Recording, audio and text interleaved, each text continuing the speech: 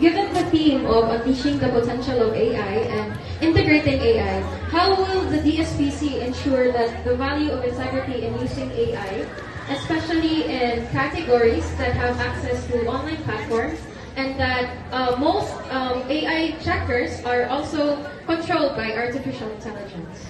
Okay. So it was actually a funny experience. The student was using AI in delivering the prayer. And at the end of the prayer, there was that instruction. And it was actually followed by the student who was delivering the prayer. That is a very good point for you to humanize. You have to make it a point that the thing that you are actually getting from the AI information has to have that context of your days sa school. So that, dili siya kanangkuhan, dili siya iwan na, once ka nagkuhan ka siya ba, dili siya applicable to all, but it is very applicable to the need of your classroom. So, the teacher, how is he going to ensure? He has to follow up.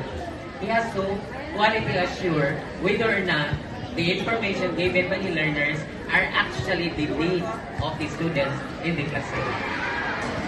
Several schools in recent with damage from flooding and typhoons. What concrete steps is Nakan taking to rebuild resilient classrooms and guarantee safe learning environments for students? The use of artificial intelligence is already there. So we cannot stop it, and then that is part of the growth of one society. But you know what matters most is that how will you be able to analyze the content. So as what Mr. Ibonya mentioned a while ago, you have to put that in context. Who will decide? It's still the individual. AI can generate different information, all information of what you want, but still you have to put that in context. You have to humanize it. You have to ensure that these information are relevant to your end based on what is asked.